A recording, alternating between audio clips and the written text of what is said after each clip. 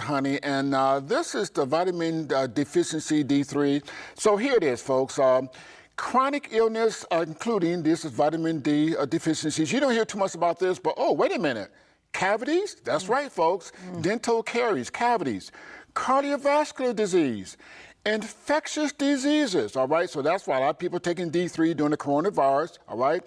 Cancers, diabetes. It also depreciates insulin sensitivity, so diabetes, and also skin diseases. We're going to talk about that as well. So these are some of the things where if you have a deficiency in vitamin D, D3 in particular, then those are just some of the things that can come up because of the deficiency of vitamin D3. And that's not an inclusive list, by the way. Sister, did you hear all that? I mean, vitamin D3, did you hear all that? So that's why you need to know your levels. You know what's going on and what's happening. So Curtis, okay, so what kind of testing is done for D3?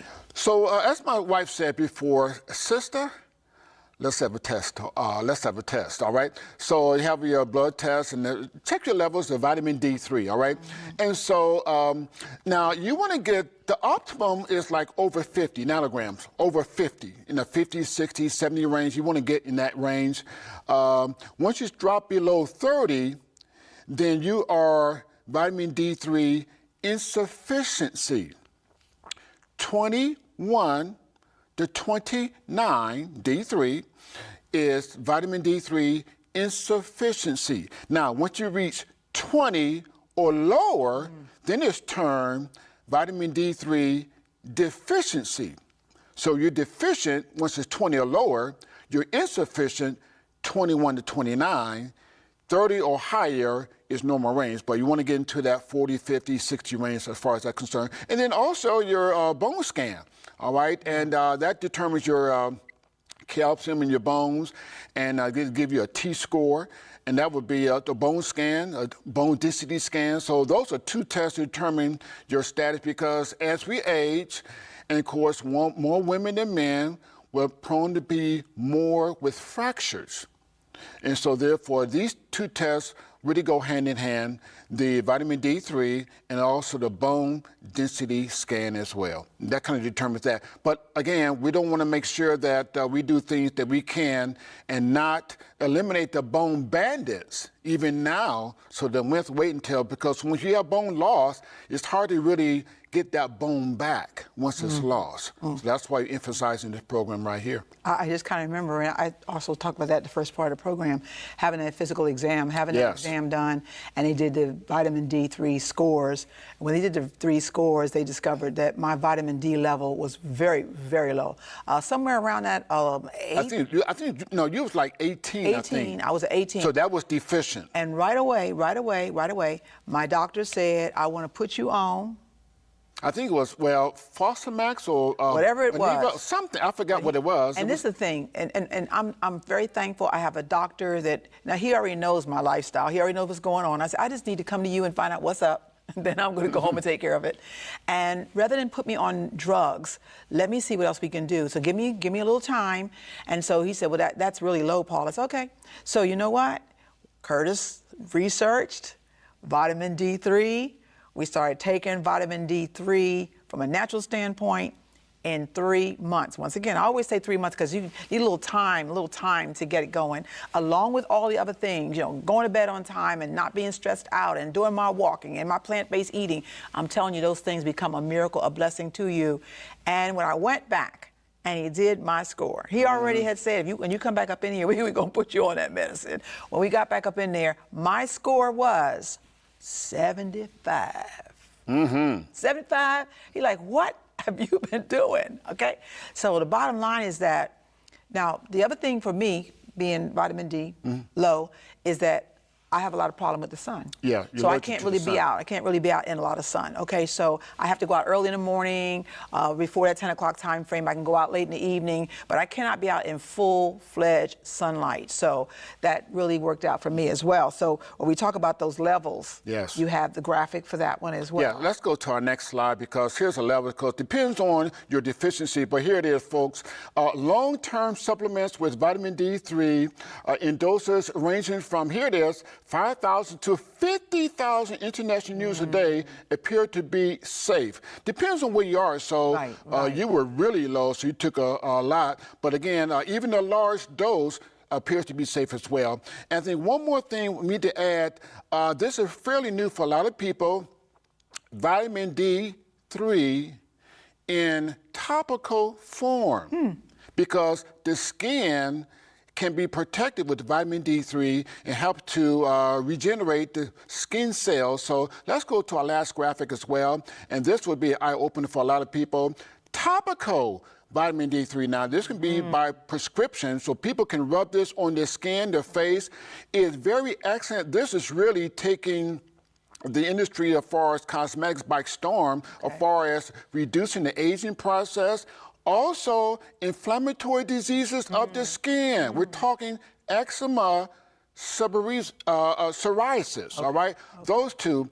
Reduce inflammation of skin diseases. Vitamin D3 ointment or topical is very good for that as well, all right? All right, so I'm going to tell you right now, you guys, now there's so much information on each one of these subjects that we have, and a lot of times people hear different things we say, they call us on the phone, and we'd be more than glad to talk more about that with you about that. We also have a lot of DVDs that we have already done whole programs on as well. So I know you're saying to yourself, what are we fixing today? Are you ready, sister? We are doing a kale and mock sausage pizza. Get your paper and pencil. Meet us in the kitchen.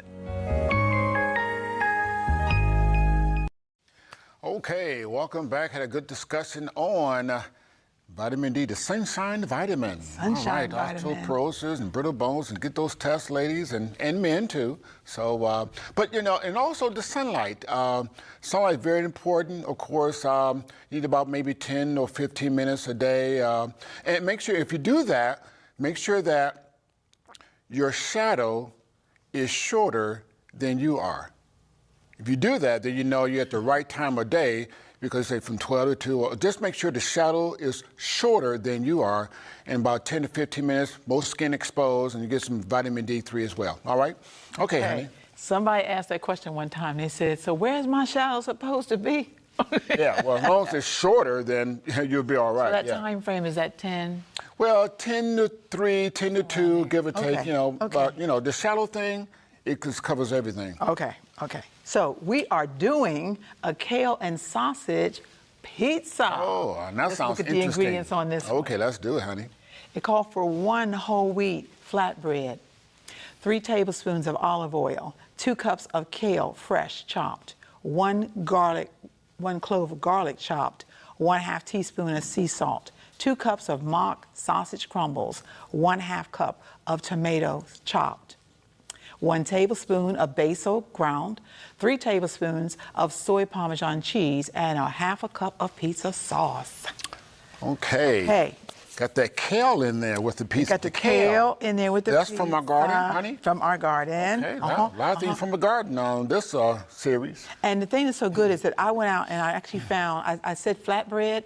You can do flatbread. You can do a thin pizza crust.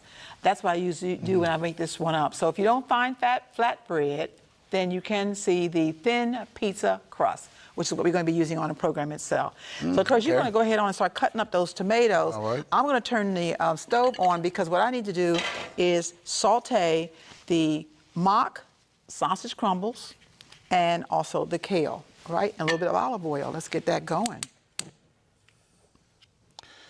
And so this is another real good recipe. And get that kale in. Oh, that's good. Yeah. And these are, I know our garden, but the second year, we had a lot of the cherry tomatoes. We had cherry tomatoes. I mean, coming out the yang. Yeah, we did. Yeah, we did. But, you know, I loved them. Weren't they good? Yeah. Yeah. Okay. So we're getting that oil ready. And once we get the oil ready, we're going to go ahead on and put in the kale. Okay. And one of the things I do for the kale is, because the kale can be kind of rough, is you can steam the kale. Just steam it up a little bit before you do it in this particular recipe. You can steam it a little bit, not do mean a little bit, steam it up a little bit so that it won't be so hard once you make it on top of the pizza. And then once that gets going, I've already steamed it, then I'm going to go ahead and put in now my sausage crumbles. And when I say sausage crumbles, you ready for this? There is on the market now sausage crumbles, just like ground beef crumbles, okay? So now, folks, for the sake of television, we're not going to mention the name, but just contact us, and my wife, she'll tell you what she's using in this particular recipe. And because there's different types and textures, and a lot of some of the textures you like better than others, based on what you're using. Yeah, I do. These believe it or not, the sausage crumbles are just coming out. There was a crumble beef, mock beef, but now they actually have the sausage crumbles also, okay? Okay. So I'm gonna just go ahead and let that get itself together. I actually have my salt I'm gonna put on also. I'm gonna do that a little bit later, baby, that one there. Oh, the tomatoes? Yeah. Okay. I'm gonna go ahead on and get the garlic in as well. Okay. Okay, and you know, we love pizza, and when it talks about pizza, I mean, you can almost do anything as far as you can put in anything, anything on top of you the want to pizza. put in there, you can put in there. Yeah. Look at that, and it's so pretty. Yes, it is. It's so pretty. So I'm going to do this. I have my crust already ready to go. Okay. And you don't even have to make the crust from scratch. I mean, you can go out now and... Well, I'm looking at it here. You got the, the vegan pizza crust. Vegan pizza at a regular crust. grocery store. And I was saying to myself, well, most crusts are vegan, but... Oh, they are? But okay. You can get it with herbs in it. You can get it with cheese and dough and different things like that. So with that in mind, we just got the real thin one. Because remember, I said you can do flatbread or you can do thin pizza crust. Okay. Paper thin. All right. So while it's getting itself together, I'm going to get a spoon because now we need to go ahead on and get this crust ready. All right. So let's go ahead and put that over there. Let's get our spoon out. And while we're doing, let me turn this down so that it won't be too high while we're doing this. Let's turn it down, down, down. Okay. We don't want to get too done. Remember now, the plant-based foods like the ground beef and stuff, they're already done, okay? Okay. So we're going to actually put on our sauce. Did I give you enough sauce, honey? Yeah. Okay. We're going to put the sauce on. Now, you can do pizza sauce. You can do marinara sauce. You can do any combination of sauces that you like to put on this pizza. But you want to leave at least 3/4 around the edges of your pizza crust. Now, and why is that? I mean, that's how all pizzas look, baby. Oh, they all okay. have that 1/4 there left over. The 1/4. I thought it was a method to the madness. No. Okay. I think that's just the way they've always It's done just them. the way it is, huh? Okay. Okay. So you want to leave a little bit of that open, okay? And get that last little bit out of there. Just enough, not a whole lot. Yeah, just enough to cover it, okay? Okay. All right, so now we're going to go ahead on and start putting on. Now, normally what I do is I cool this off first before I put it on top of the pizza. But because it's a television, so we are going to have to just do the improvising it, all right? So I'm going to go ahead and step back, baby. Oh. I'm going to just start putting this down. And you know, when it's cooler... Now, the basil doesn't go in there until later? No, until later. Oh, okay. So we're going to put this on. And like I said, normally it's going to be cooler. That way you can handle it. But I don't think I'm going to be doing that while it's hot. How about that? Oh, okay. So you want to make sure it goes all in all the places. Okay. I'm telling you, it smells good. That doesn't it smell sausage smell Want me to good? hold that for you, honey? You can just go ahead and Okay. get Thank the you. rest of it. Just go ahead, do it that way. Okay. Doing a good job, honey. Thank you. There you go. All right. I'm going to turn that flyer off. Okay. Okay. I'm going to spread that around. And I can spread it around. Okay, you just want to spread it all around on your pizza. Nobody gets out. Everybody has to be in there all the way around, all the way Oh, around. and now, That's going to go in a hot tomatoes. Oh, later on? Okay. Yeah. So, Kirst cut up some cherry tomatoes, but this is calling for diced tomatoes. If you don't have cherry tomatoes, no problem. You can actually just use a regular tomato you can use on this as well, okay? How we looking? We looking good still? Yes, honey. Okay. So, all right, now we're going to go ahead on and place on top of that our tomatoes. Nuh-uh. Oh. Like that. I got to place You're them. going, oh, you have to place Got to them. place them on. Oh, okay. I was just going to go ahead and dump them. No, in. no, no. No, no, no, no. No, no, no. Okay, I don't want that juice on it either, babe. Oh, okay. Yeah. You know, it's like art. All right, so we got those on. Now we're going to put on the basil, dry basil. And also, this is really good over top of those tomatoes. Okay. This is going to be a good one, I can tell right now. Now, with that soy Parmesan. And this is soy Parmesan cheese Again, we're at using. any regular grocery store that you found this, right? Yes. You don't have to go to a health food store. No. Yeah. And then we're going to put on a little bit, don't that smell good? Then we're going to put on the Parmesan cheese. Oh, yeah. Oh, yeah. Okay. Now, you know, first of all, anybody who are real pizza lovers will not think this is not the pizza that has all the cheese and everything on it unless you say something to them. Yeah. You don't have to say anything to them. Don't have to say a thing to them. So you see how pretty it is? Just keep it so quiet. This is actually going to go in the oven at 475 degrees. You want to keep an eye on it. Within about 8 to 10 minutes, it will be done. And so we are going to just go ahead and put that in the oven, Curtis. Okay, want me to do that now? Yes, go ahead. Okay, Put that in the go oven. ahead and put that in the oven. Is that quick and easy, sister? You don't have to do a lot of work on that one. You can make a couple of them up. You can actually make logs out of it. You can do the flatbread, all that, make up the pizza. And you know what goes with pizza? Well, you know, at the end of the program, you're going to see what our favorite is when Curtis and I was dating with each other. Oh, yes. You will see what happened when we would get together as far as what we'd have on our time out to play games and date each other. So we want you to... While we were not courting, but as my grandfather would say, coating. All right. So, so what we're going to do, we have our address roll at this time, how you can purchase our products and also get a hold to us as well. So let's do that. And then when we come back, you will see the finished product. So stay by. Are you enjoying the recipes that you're watching today and want to find out more? You can contact Health Seminars Unlimited by writing to them at P.O. Box 2873, Huntsville, Alabama 35804. You can also call them at 256-859-1982. That's 256-859-1982. You can also visit their website at abundantlivingtv.org. That's abundantlivingtv.org, or email them at info@abundantlivingtv.org. That's info@abundantlivingtv.org. Okay, welcome back. And Team Aikens, all right, the pizza, what is it called? The kale and sausage pizza. I have to look on your sheet. On a thin crust or flatbread. Thin crust or flatbread, all right, already prepared, yeah. We got that soy Parmesan cheese there and fresh kale that we're actually using as well. Straight from the Aikens garden, yes. And so it really is a nice, you know, pizza to have.